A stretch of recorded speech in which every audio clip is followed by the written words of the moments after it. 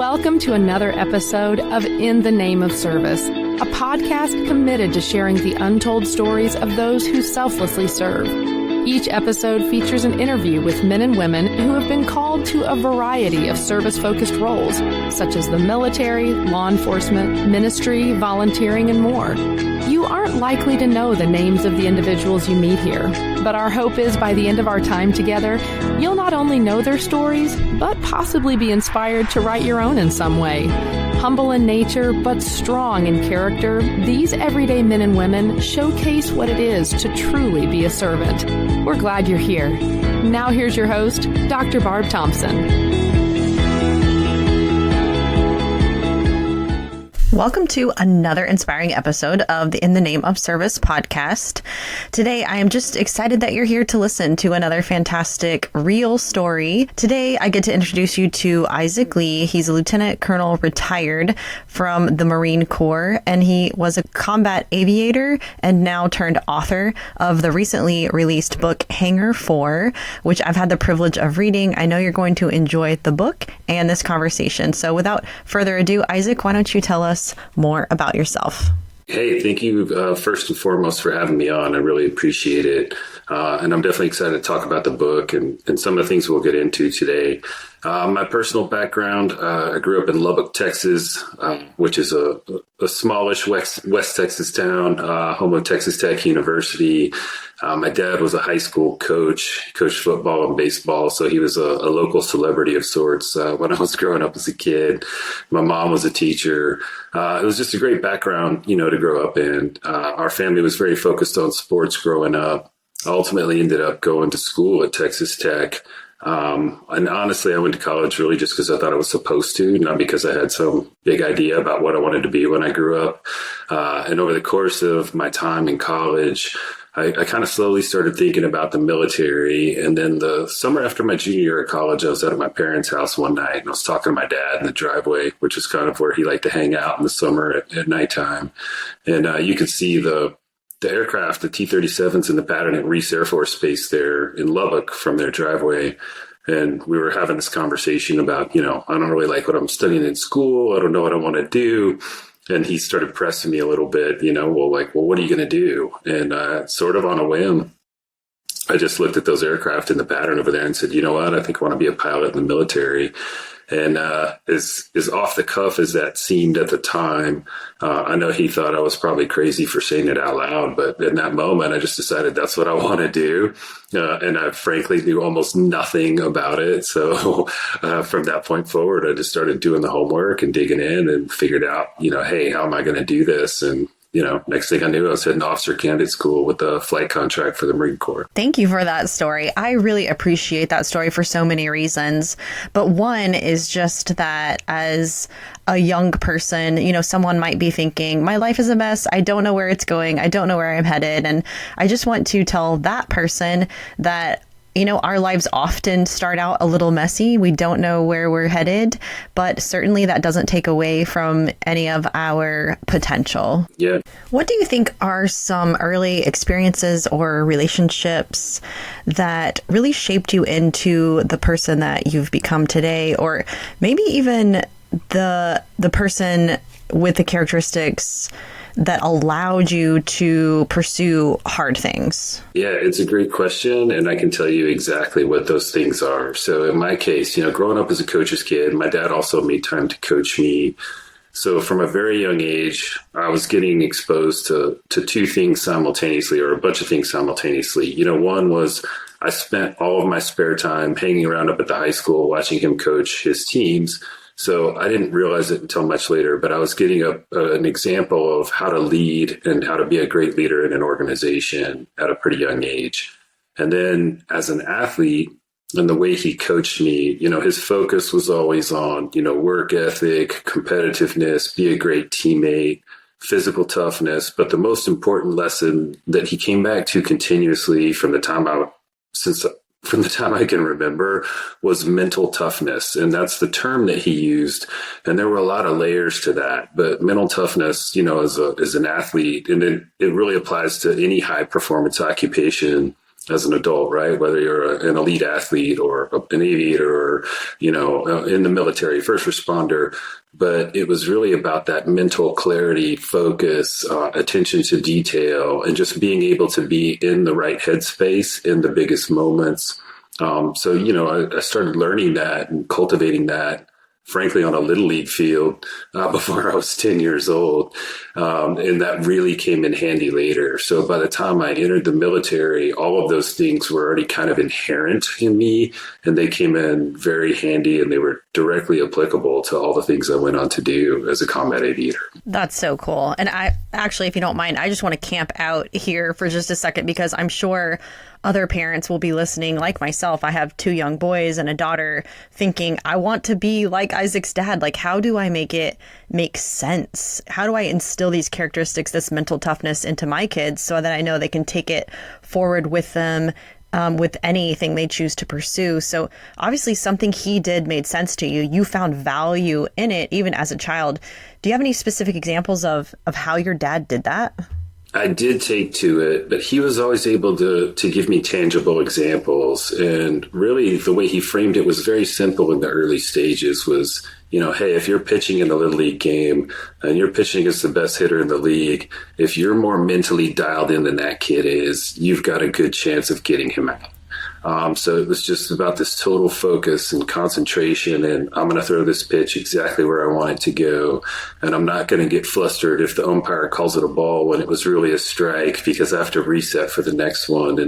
And just really overcoming those little things that can be frustrating and throw you off your game, just being kind of oblivious to those.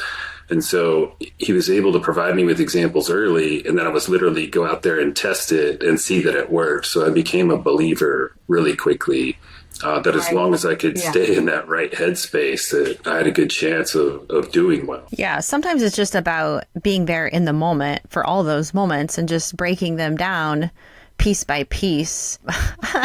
We caught a snake the other day, and my son was kind of freaking out. We needed something to put it in.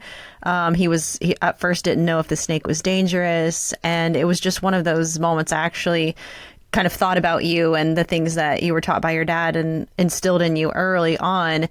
And I just took that moment to say, okay, like when a problem arises or you don't know what's going to happen next, the best thing you can do is to stay calm. That's when your brain works best to solve the problem before you. And it was such a neat example of just what I felt like was preparing him for the future. And obviously it sounds like your dad did that very well for you.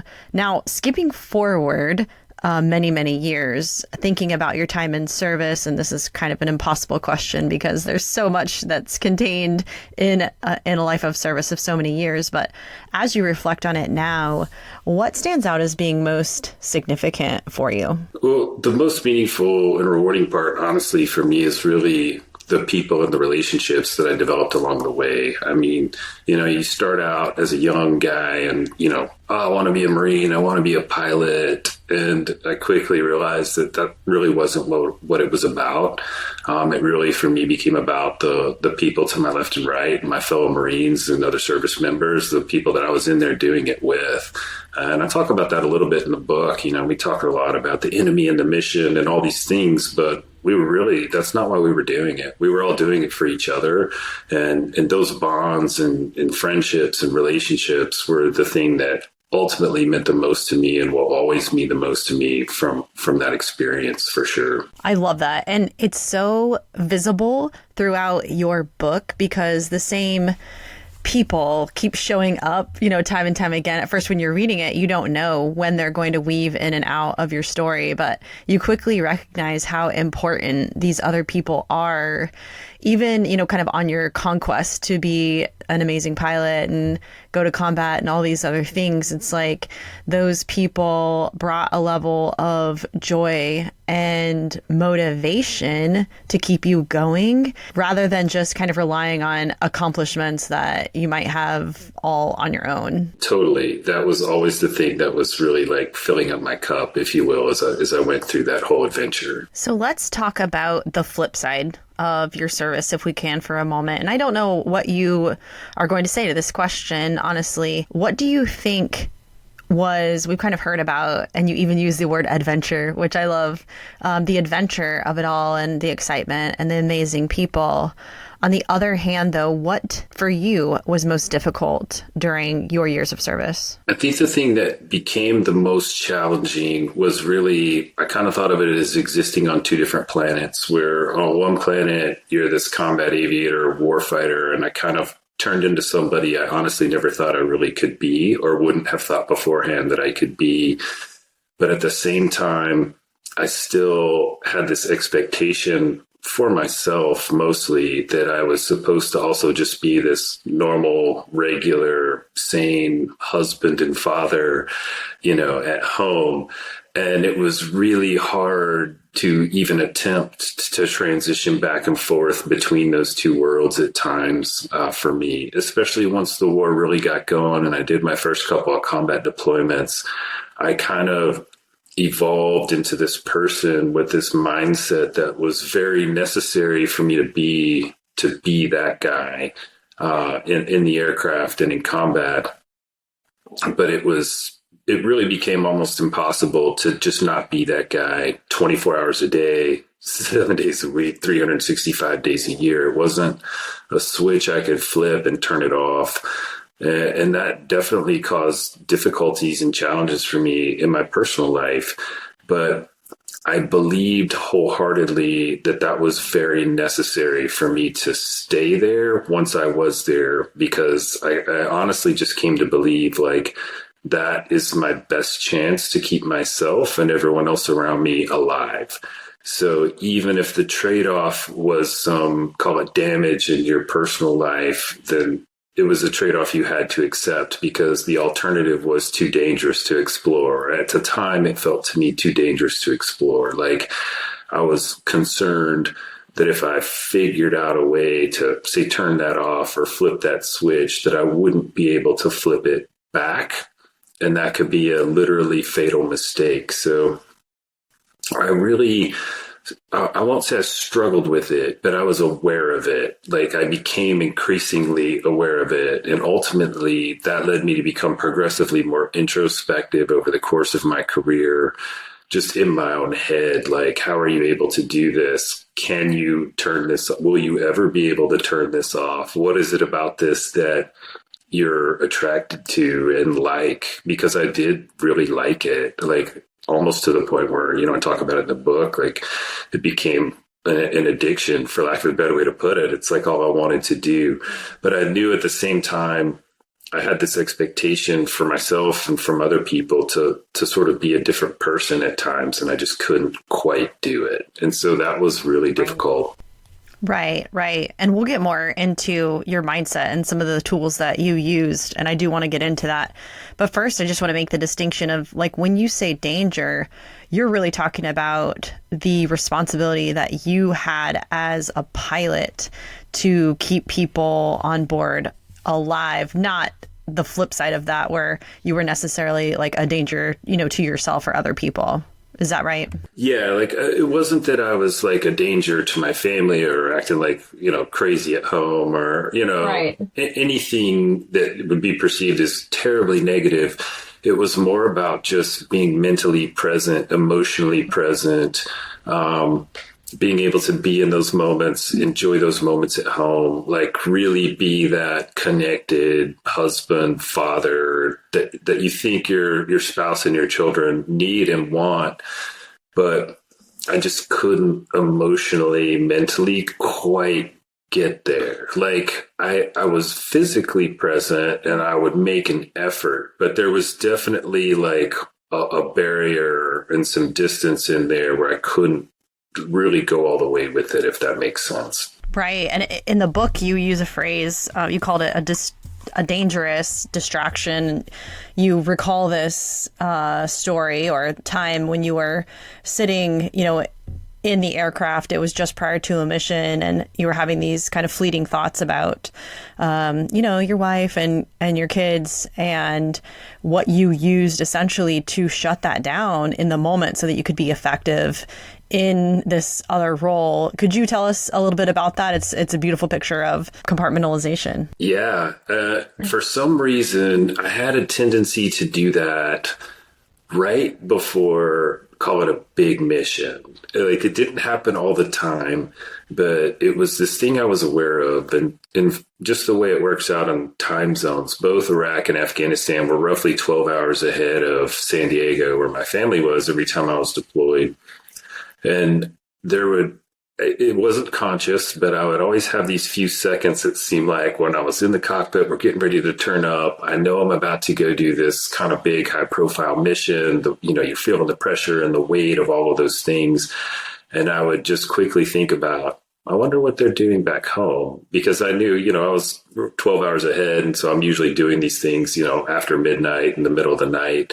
And so I always knew it's, back home, it's lunchtime or it's early afternoon, or they're on their way home from school, or they're just sitting around the house eating lunch. And it was like this little snapshot in your head and a reminder that life is still happening back home and you're not there and you're not part of it. And also this awareness that they have no idea what I'm doing right now. Like, they're having this very normal day and I'm strapping myself into this machine to go do this thing here in a minute. And I really hope it works out okay. And I was thankful that they weren't aware of that, but I was aware of it. So I would have these few seconds where I kind of thought about that and then immediately, have to shut it right back down. Because, your total focus is necessary for what you're about to do. Yeah, it was so interesting to read several times throughout the book. You actually, have a number of the people, the souls, the lives on board, and even contemplating the lives that they might have outside, that might be affected should they lose theirs. Yeah, I was very aware of the weight of that responsibility. Knowing like, hey, I've got a crew of another 3 or 4 other Marines with me. We're going to have 24 Marines sitting in the back here in a minute, maybe an embedded reporter. And yeah, I would quickly do that math in my head of how many people back home are attached to all of us and how many people are going to be affected, frankly, if I screw this up. So you would have that. I had that awareness all the time of like, hey, this is my responsibility. It's on me, and I'm going to get this done to make sure that none of those people have to live through that. And I would always put the onus of that on myself.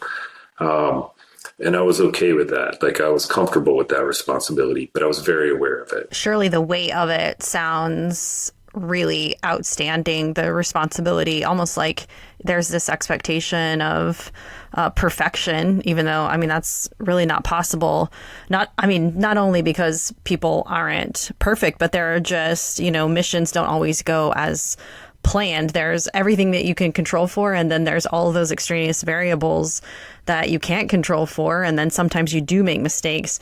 You had a great way of putting it in the book. You said pilots and aircrew must have a short-term memory. Can you just talk more about that? Like, how can us normal people use that in our everyday lives to help us kind of move past our own flaws or mistakes, or, just kind of randomly poor situations? No, yeah, I do think that is important. And it was critical in that profession for certain. And what I meant by that really is it's really tying into our human emotions. So if you make a mistake in the aircraft, even if it's a small one, or something doesn't go right, if you allow yourself to be flustered by that, it affects your emotions, which in turn affects your thought process, right? So you start to feel some level of emotion, whether that's anxiety or frustration or anger, and then that clouds your thought process and slows your thought process down. So now I can't make decisions as fast as I need to. And so what can happen is some small mistake can snowball into a much larger mistake or problem if you're unable to do that.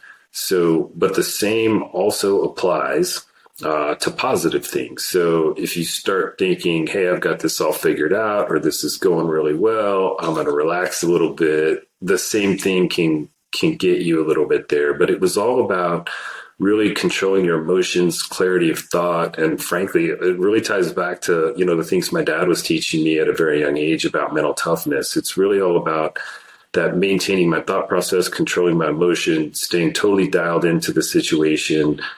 And I got to a point where I got adept at it enough that when I was really in the mental headspace that I needed to be in, that it felt like everything was happening in slow motion.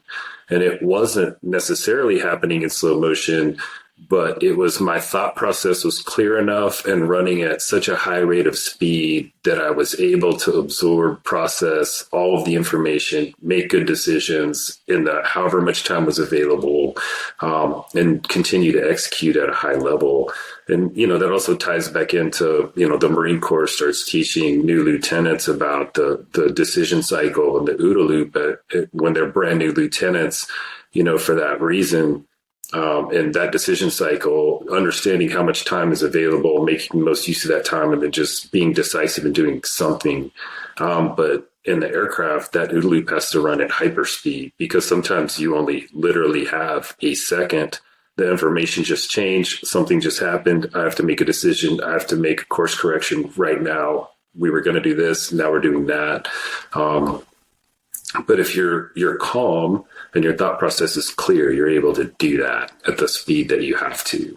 And so that's why I always talked about short memory. And, it's a roulette wheel. Every time you get in the aircraft, the odds reset themselves. So whether it went bad yesterday or good yesterday has no bearing on what's going to happen next. So you really have to stay focused on living in the moment and what's coming ahead of you. And to this day, I'm still that way about everything. I spend very little time thinking about what's already happened because frankly, you can't do anything about it. So I really try to just focus on what's happening right now, what's in front of me, and live that way. Yeah, that's so good to keep in mind. Again, like you said, for the mistakes and the successes, because I think we can get into this positive, quote unquote, positive mindset, think that way about the mistakes and let those go. But keep in mind for successes, it's important to realize there's a reset for those as well and not get into this magical thinking that we have control over all these things that we in reality don't have control over. It's important that, we stay aware of our emotions, but not let them rule the day. But there's a negative side effect to that, if you will, I will mention, is that the better I got at that, the more I also sort of shut down a lot of negative emotion in total as a human, right? So that there's strings attached to all of these things. So in some ways that was helpful. It was definitely helpful in the aircraft and on the job, if you will, but it was also another, call it detriment to my personal life, where you just kind of develop this numbness where nothing really phases you, which isn't necessarily a good thing either. So there were trade-offs for all of these things to perform at the level you needed to perform at to do the job, but that affect you as a human being and the rest of your life. Right. I mean, I've experienced that myself. I'm not a combat aviator, but, I can get tied to other things and into this logical way of thinking. And then I have kids, and trying to relate to them is a very different thing. It's like walking a tightrope. You never know what you're gonna get. So you can end up feeling very confident that the mental skills you've gained make you very successful in one area, but that confidence doesn't necessarily cross contexts into, being a parent or being a spouse. Yeah, absolutely. Well, tell us about what catalyzed you to write this book. It's so fun to read.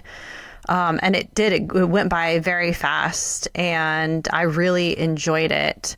You mentioned earlier you became quite reflective, or more reflective, kind of at the later stages of your career. Can you tell us about what catalyzed you to write the book and, what you think it might offer to the reader? I did. And I mean, it was really the idea for this book and it coming together really evolved over the course of many years. And it started with when I went to officer candidate school, I started keeping a journal. And I originally did that just because I thought, this is the most awesome adventure I'm ever going to have, and I'm never going to remember all the things that happened unless I write some of it down. So I started this journal at officer candidate school, just in one of the little green notebooks they gave us, kept it stashed in my footlocker, and I never stopped keeping it. And then, as technology evolved and computers, et cetera, I started typing it, and it just became part of my routine. And I was particularly good about it on my deployments. And it was kind of this decompression exercise where at the end of the night or morning or just whatever schedule I was on, I would just kind of jot down like, hey, did this today or did this flight with these guys and this is what happened. And I really didn't have a plan for it other than I just thought like, oh, it'll be neat, to have this someday. And, maybe the kids will want to leaf through it and see what I was up to when I was gone all the time. But I had it. And then I transitioned out of the Marine Corps in 2017, got real busy there for a few years, just, trying to reestablish myself in the business world and transition. And you're starting this whole new life. But it was kind of in the back of my mind, like, hey, you have this journal, you should do something with it. And if I'm being totally honest, for those first few years, it was quick and easy for me to just shoot myself down and be like, who are you? What are you going to do? Write a memoir? Like, nobody cares. Like, get over yourself, get on with your life. But I had continued to be very introspective and reflective and think about the experience. And I just kind of slowly talked myself into it and kind of slowly found my why for taking it and turning it into this book. And, there were multiple layers to that. And say the first one was, I do think it's important for those of us who've served, especially in combat, to share our stories because it's just another way to capture our history, from different perspectives. So there was that. I felt like there's some lessons in there that might be helpful to other people, especially, military officers who are up and coming. And, I'm not saying my path was the right one, or I certainly didn't do everything right, but at least an example that might, have some lessons learned, both good and bad in it. But really, at the end of the day, I was thinking about it in terms of all combat veterans, I believe, are in some phase of reconciliation, or call it seeking some kind of closure for the experience. And I don't know that any of us ever will totally reconcile our experience or actually find closure. But I think that's a process that we're all kind of privately going through, and you move on from your time in the military and these crazy experiences, and we all just disappear into cities and suburbs all over the country and start these next phases of our lives that are seemingly ordinary, but you're still processing that information, and we all probably always will. So I kind of came to the conclusion, like, well, maybe if I share this story, that it will in some way be helpful to other people. If for no other reason, I do think it's very helpful for all of us to remind ourselves and each other that none of us are alone in this, and none of us are alone in reconciling that experience. Like, so many thousands of us lived it and shared it, and sharing it with each other just reminds us, if nothing else, like, we're not the only one, and maybe we can get some tips and pointers from one another that might be helpful along the way. So that was really the thing that kind of pushed me over the edge. I was like, you know what? I think I should just go ahead and do this. And I'll share with you, like, one of the most rewarding things that's happened so far with this project is I had to send it out. I sent the, earlier draft out to several people for some feedback and endorsements and some things like that. But I had a friend of mine who's actually still in the Marine Corps on active duty. And his feedback to me was, hey, he's like, I really appreciate that you wrote this. He's like, you're articulate. You were able to explain like this experience in a way that I just don't know how to explain. And so it will be helpful to me to hand this off to, my wife and my family members and better help them understand me. So, if that's helpful for anyone, then that's extremely rewarding for me. And really the real reason that I did it, if it helps anyone or, who had the experience or family members of those who had the experience, then the project is 100% worth it. Oh, I fully believe it will definitely help people, not only veterans, people who've lived that life, but non-veterans and family members. I'm a veteran, but I wasn't a flyer. And so, a lot of the acronyms and the equipment and, the operational information, you still made it very readable and understandable in a way that I was pulled into the story very easily. So I know it'll be helpful. You kind of lived this, and don't take this lightly, but a superhero, as far as we are concerned, in this everyday real life, like a superhero kind of life where you learn to, fly this amazing machine under really stressful circumstances. Your life was at risk and other people's lives were at risk. And there was a great thrill to that. And well, by the way, are you still flying? Do you still fly? I don't. No, I decided before I was done that I wanted my last flight ever to be as a contributing member of a CH-53 squadron. And so I did my last flight. My last flight when I was a commanding officer of the squadron, and never flew another aircraft. And I don't think that I will. Like, to me, like, that was the experience. It was never going to be more exciting. It was never going to be more cool. And I just don't ever want to mess with that, I guess. It's like, I made it through it. I got to the finish line. It's like put a neat little bow on it and then move on to something else. Yeah, I can totally see that. That's awesome. Well, I wanted to ask you a question, something we talked about in our previous conversation. You mentioned that you had sought out some counseling there towards the end of your career and just kind of your transition out of the military, helping you, you've already been a really reflective person, but just unpacking some of those situations and how they affect you now and how they might affect you and your relationships in the future. Would you mind telling us more about that? Yeah, absolutely. Like, I'm very open about talking about that. And I did become increasingly introspective and self-aware over the course of my career, kind of as all these events were unfolding over time. And in the early stages of my career, as a young captain, I was just doing it, and I was thinking of it in these very traditional terms, and I didn't quite understand it, but I knew I was able to do it. So you're thinking in terms of like, okay, well, I guess I have the fortitude and the training, and, you're brave enough, whatever word you want to use at that phase, to explain to myself how I was able to do these things. But as I progressed, I started to realize that I was able to do them, me and some other people, at a slightly different level than most of the other people around me. And when I started to realize that, I also had to acknowledge and accept the fact that I actually liked it. I was enjoying it. It was exciting to me. I wanted to be out there on all the most difficult missions and do all the hardest stuff, and the more dangerous, the better. Like, I had a real attraction to that. And that's where I started referring to it as an addiction. But once I acknowledged that to myself, I honestly thought, like, am I crazy? Like, I shouldn't be this way. This isn't normal to want to do these things and to enjoy doing these things this way. And I did think of it in terms of an addiction, because it's like a drug. No matter how much you love it, at the same time, you're aware that in some way it's probably having a negative effect on you. And so I was aware of that too. And I'm thinking about, well, what is what's the other side of this coin? What is the negative effect that it's having on me? And that introspection just progressed. But while I was doing it, while you're in the Marine Corps, it's not something I felt like I could talk about.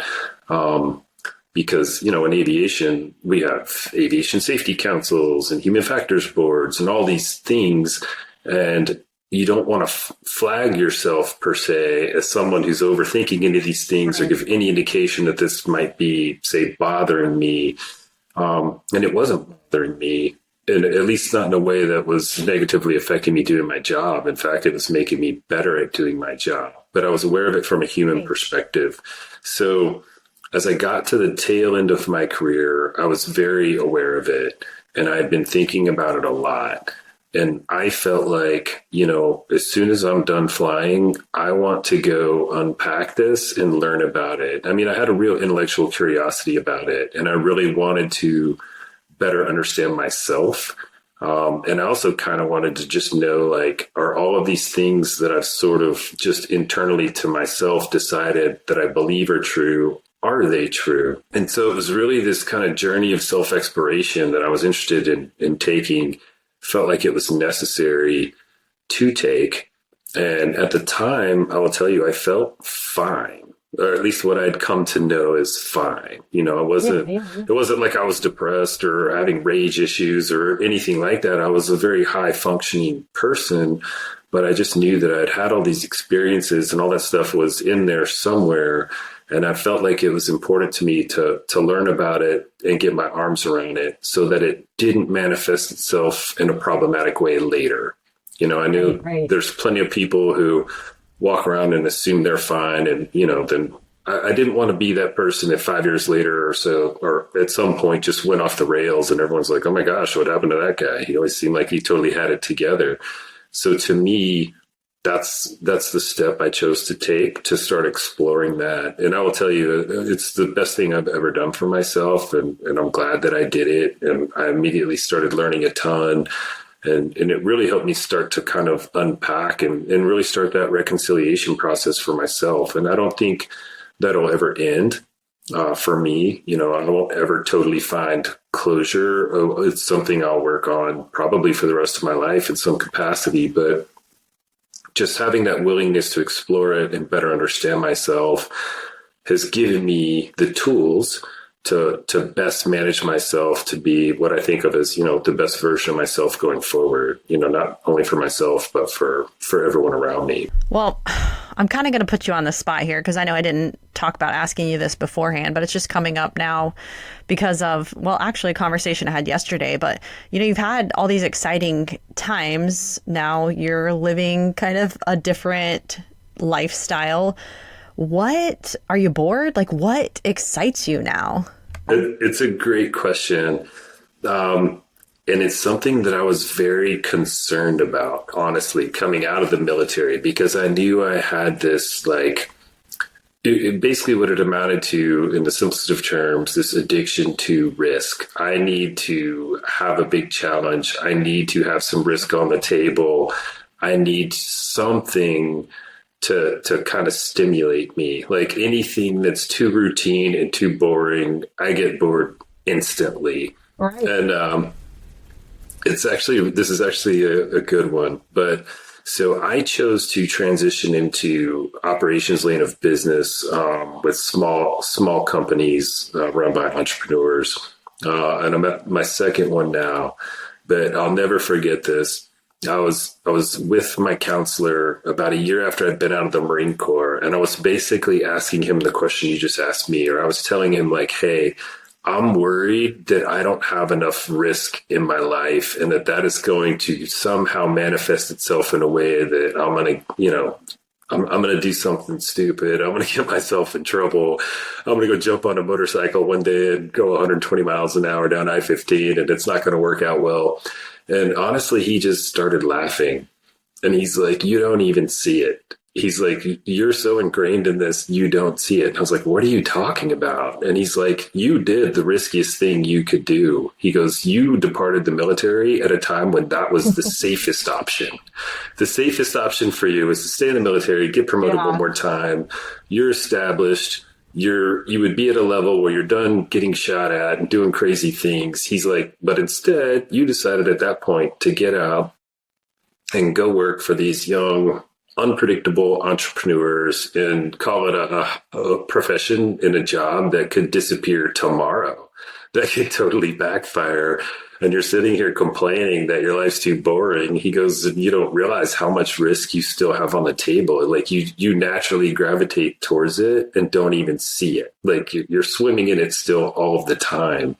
And that was really enlightening for me when he pointed that out to me, to say like, oh, okay, yeah, that actually does make sense. You're right. Like I do have risk still on the table. And, and I think being in the business world, especially in small companies, is kind of the way I've found to keep that stimulation going for myself. Well, that's refreshing to hear. I mean, based on all the conversations that I've had with, high level performing military personnel, it's a fear.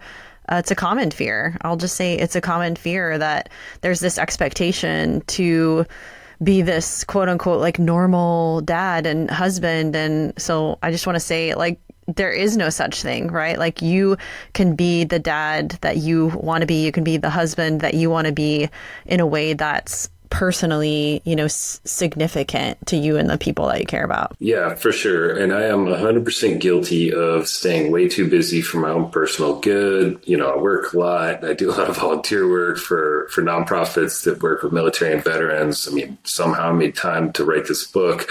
Like, I'm going 1,000 miles an hour all of the time. And that's just honestly how I manage myself. And I know that I need that stimulation. I mean, when I'm not good is when I have too much free time to sit around and I get bored. That is my kryptonite, and it drives everyone around me crazy. It's still very difficult for me to just sit still and relax. I've always been terrible with that, and I probably always will be. But that's what keeps me going, and that's what keeps me on an even keel. And it's what I do. And it is definitely how I manage myself. Right. Yeah. And this is getting very personal, so don't answer if you don't want to, but how would you describe your relationships now? I would say, brutally honest, they're still somewhat complicated. There's complexity there that will always be there. I think on both sides of those relationships, just because of the experience, and the perspective that we all have or had, at the time and now. And I will say, as a family, I give us a lot of credit for everyone always being willing to work on those things. And I certainly put the onus of all of that on myself. But I think we've all gotten to a point where we have a much better understanding of ourselves as individuals and each other. And that's very helpful. But, I mentioned there's a part in the book I mentioned towards the end where, we were having dinner one night, and at the time our son was still pretty young, like 10 years old or something like that. And he did something or said something, and I just kind of shrugged it off. And he immediately piped up and was like, "Dad, a couple of years ago, if that happened, you would have gotten really annoyed with me." He goes, "But then you went to war therapy and chilled out." And it was like this very astute observation from a little kid, and kids, they're always going to tell you the truth. They're always going to tell you what they're thinking. Sure. And I felt like that really kind of encapsulated the scenario and kind of how that's evolved over time. I think at this point, I still am who I am. We all are. But I think we've all just kind of come to better understand and accept, like, hey, this is the path and this is what got us here. And let's all focus on, the way forward. And that's been, for the most part, positive. It's never going to be super clean. It's never going to be perfect. And it will always have its challenges and difficulties. But, it's just part of the experience. I think it's very difficult for any family to live through that experience and come out. I don't even know what the right word is, unscathed, normal, whatever. No such thing. Right. There's just some level of living with that experience, and it's going to have a little bit of an effect. And it always will. For sure. Yes. I think like what I would highlight about the story that you just told was your son's comfort with saying something to you. And if we can communicate, like, anything is possible. No relationship's ever going to be perfect, but he trusted you with the information, that observation that he had. And I think, like, that's the perfect place to be. Yeah, absolutely. And I thought it was very important for me, when I first started going to counseling, I was very open and, sat the kids down and told them, hey, this is what I'm doing. And here's why, like, don't be concerned. Like, everything's okay. I didn't want to be alarmist or make it seem like a negative. And I always presented it in a positive light, and that this is a positive thing to do and an intelligent thing for me to do. And I'm doing this, not only to help me, but to help us. And so we've always looked at that, from the very beginning. It was important to me to make sure that as a family, especially the kids, understood, like, hey, this is just part of what we do. And this is a good thing for us to make sure we can all kind of move forward in the healthiest way possible. after this experience. Okay, well, I have to ask this last question because I know that there are going to be people listening to your story wanting to go out and pursue the exciting, adventurous dreams that they might have, in their own minds and hearts. Maybe go into the military or, be an aspiring aviator or really, if they just read the book, it starts out with a really exciting operation. So even just from reading your book, they might get inspired to serve or contribute in some way bigger than themselves. So if there is someone listening who is relating to your story, but they don't know really how or where to get started in their own service journey, what would your advice be for them? Yeah, I would say my primary advice would be just don't overthink it. There's so many great places and organizations out there you can plug into to serve, and it doesn't have to be the military. But, there's a bajillion nonprofits out there that are doing great things for people every day. And we all have that opportunity, to help each other. So it could be very basic community involvement that evolves into something else. But just get out there and do it. I definitely will say like the thing to this day that still fills my cup up the most is just doing things that have a positive impact for other people. And I try to, as much as I can, to fill my days up with those activities because they are really the most rewarding. And I do hope that for people that read the book, get like everything they thought they were going to get out of it, and plus some stuff that they weren't expecting at all, So there's certainly plenty of, the war stories in there and the missions and the things that happened. But it was really important to me to kind of open up about the other stuff we were talking about earlier too, that sort of evolution as a person into a warfighter and becoming introspective and understanding that and accepting that and moving forward. But I do think it's important for everyone to serve and find a way to just be involved and help other people and hopefully have a great experience doing it. It doesn't have to be anything as extreme as what I did or what anyone in the military does. But I think you come to a better understanding of yourself when you're in service to others. And that's really how we get to know ourselves the best and call it the best parts of ourselves to really share with other people. And that's what it's all about. Well, thank you so much for your service. Thank you for writing the book. And thank you so much for being here with me today. Yeah, thank you so much for having me. Yeah, Hangar 4 will release on April 9th. It'll be on Amazon, Barnes & Noble, and all the other standard places where you can buy books. So thank you again for having me. And if people want to contact you, what's the easiest way for them to get a hold of you? Yeah, absolutely. The easiest way is my website is isaacglee.com. There's a little icon up in the right-hand corner for email. They can email me there. It also has links to all my social media accounts. So I'm easy to find on, I'm posting stuff leading up to the book release on Facebook and Instagram. And those accounts are right there in the top right-hand corner of my website as well. So it's a one-stop shop. It's easy to track me down. All right. Awesome. Well, I know that a lot of people are going to go and check out your book right now. Thanks again for being here. Yeah, thank you for having me.